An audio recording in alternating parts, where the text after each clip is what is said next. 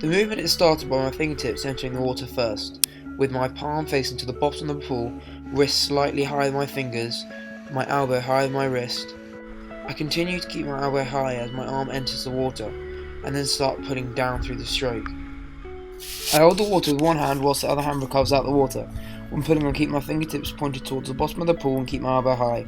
I extend the arm at the back of the stroke and push backwards as my hand exits the water. This allows extra propulsion. My palm faces backwards to ensure that my elbow does not drop. My arm stays straight throughout the stroke. When pulling, my fingers are pointed towards the bottom of the pool. I pull my body past my arm. I bring my pull down under the water underneath my body, keeping my arm and hand beneath as I pull through the stroke. I extend my hand at the back of the stroke, pushing backwards as my hand exits out the water. This enables more propulsion. I start to bend my arm slightly as it begins to exit the water. My elbow is bent and kept high towards the roof, and the recovery is led by my shoulder to keep my arm relaxed. I then extend my forearm to enter the water at the front of the stroke. Just like you said. The stronger the legs, the more propulsion I will achieve, increasing the speed at which I'm able to swim at. My foot is relaxed whilst my ankle is extended. Note how it flexed slightly, but I'm still able to point my toes. I bend my knees slightly as my foot moves towards the surface, the up kick, and straighten my leg as it moves towards the bottom of the pool. There are 4 key elements which make a good kick. Loose legs. To swim fast and productively, you must keep your legs loose and relaxed. Increase your foot speed, but keep the legs loose and flowing. Strong hips. Most power produced in the kick comes from the hips. This power is then builds down your legs until it reaches your toes.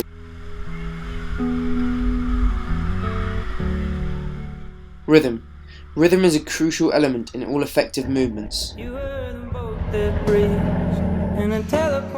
Counting 1, 2, 3, 4, 1, 2, 3, 4 in your head develops a constant kicking rhythm, which increases the speed of the movement. In a telephone wreck. Oh, I loved you with the good and the careless in me, but it all goes back.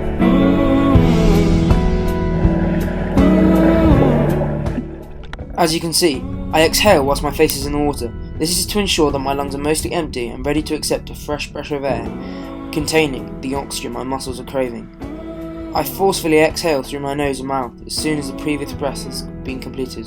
I do not pause as it's a constant rhythm. Bilateral breathing helps you create and maintain an even stroke and improves the mechanics on both sides of your body. However, it increases the time between breaths by 50% over a 2-stroke or one-sided breathing pattern.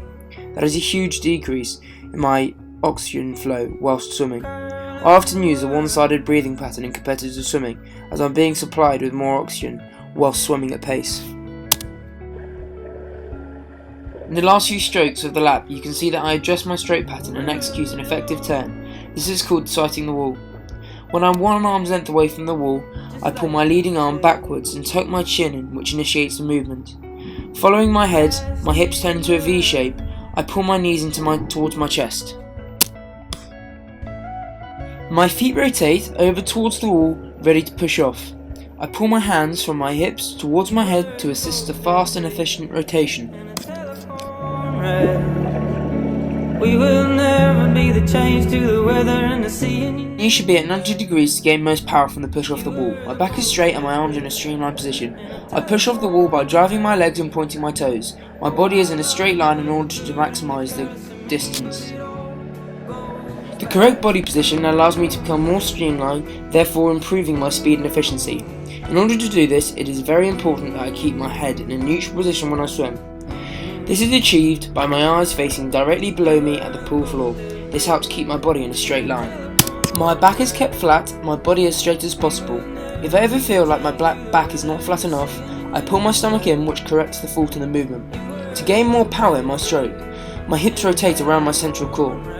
To gain further power, I link my hip rotation to my hand movement at the back of the stroke. Fins are often used as a training aid to help align my hips correctly and to prevent them from dropping.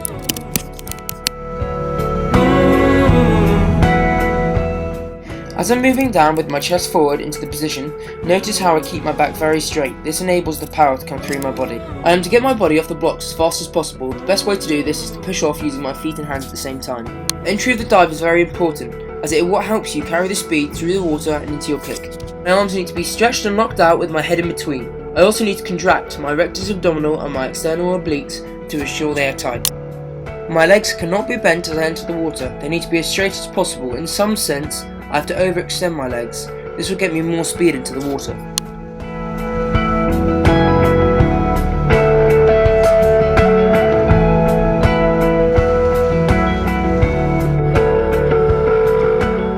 Like any race, I need to keep my head down and power through all the way to the finish. Do not turn my head in the 4 meters coming up to the last few meters. I need to maximize the rotation of my body to get my reach further forward and also speed up the rotation of my arms.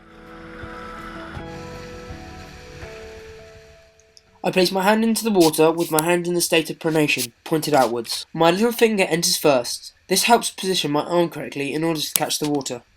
Keeping my elbow high, I start the pull phase of the stroke by pushing downwards with my forearm before pulling out to the side of my body. My arm pulls through the water, maintaining a high elbow position, and my fingers pointed to the side of the pool.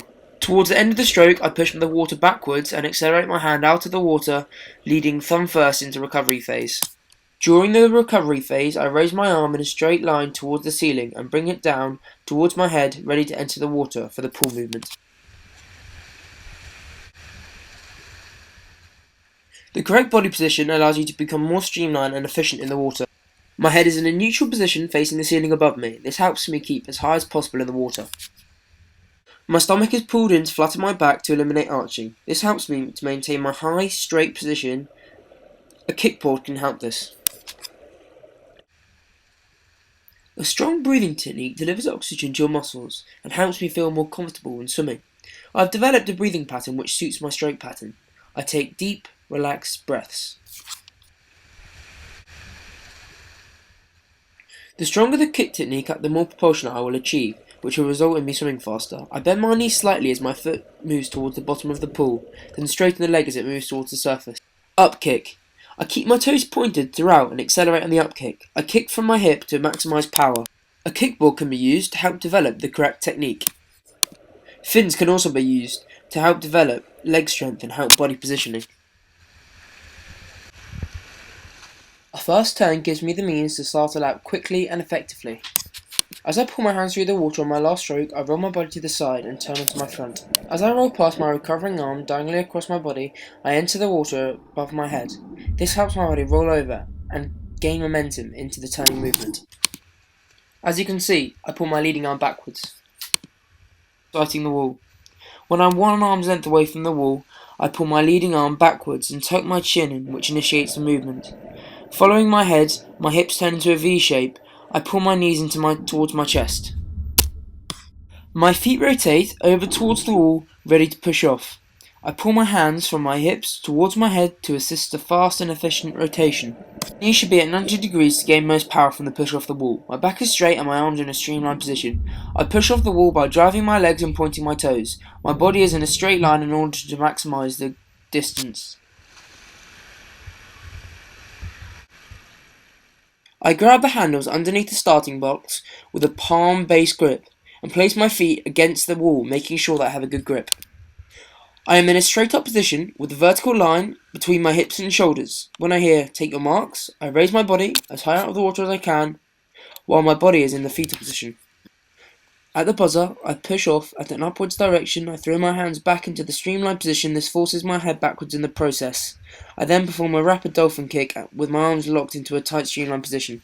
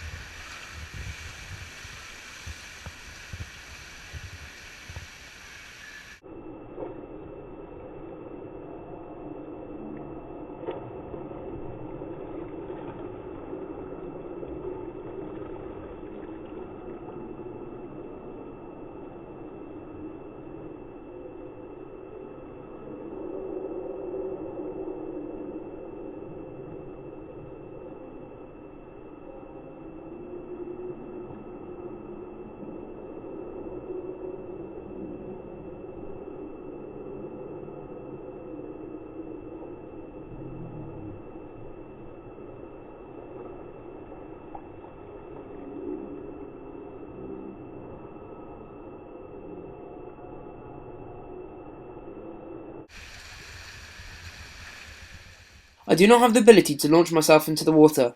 To improve this, I need to concentrate on going up first. Throwing my head back can help find the first action to launch my hips up high in the air, which causes the athletically pleasing arch, which is more streamlined going into the water, therefore more speed once starting the race.